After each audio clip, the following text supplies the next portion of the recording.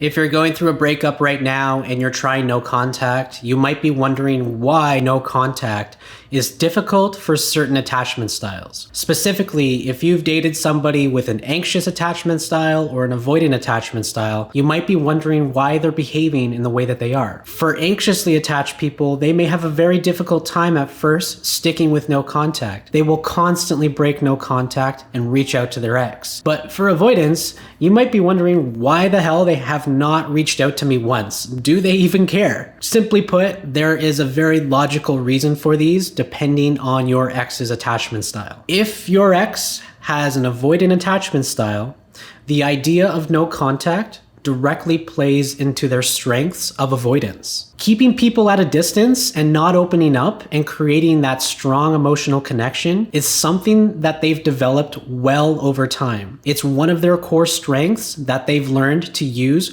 to survive throughout stressful situations in the world. Chances are, if you broke up with an avoidant or they broke up with you, the idea of distance between the two of you is something that they wanted in order to feel safer. So because of that, the urge to reach out to you and break no contact is dramatically less than somebody with an anxious attachment style who wants nothing more to feel connection between two people. When anxiously attached people are going through a breakup, they experience a wide range of emotions, all stemming from their early childhood wounds of abandonment. Because of this, it's very difficult for them to stick with no contact very early on. Depending on the severity of your anxious attachment style, you might be breaking no contact every single day. You might be begging, pleading, crying. You're probably going to be a mess. But as time continues, and the more you continue to break no contact, you learn to realize your self-worth. You begin to take your ex off of the pedestal that you've placed them,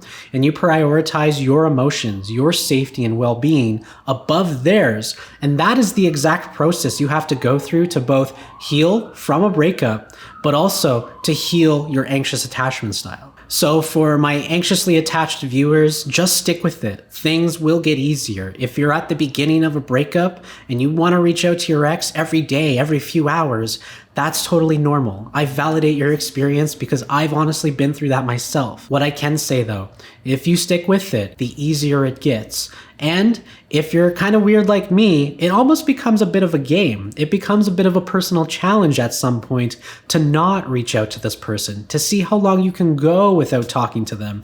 And best case scenario, you might even get annoyed when your ex starts to reach out to you.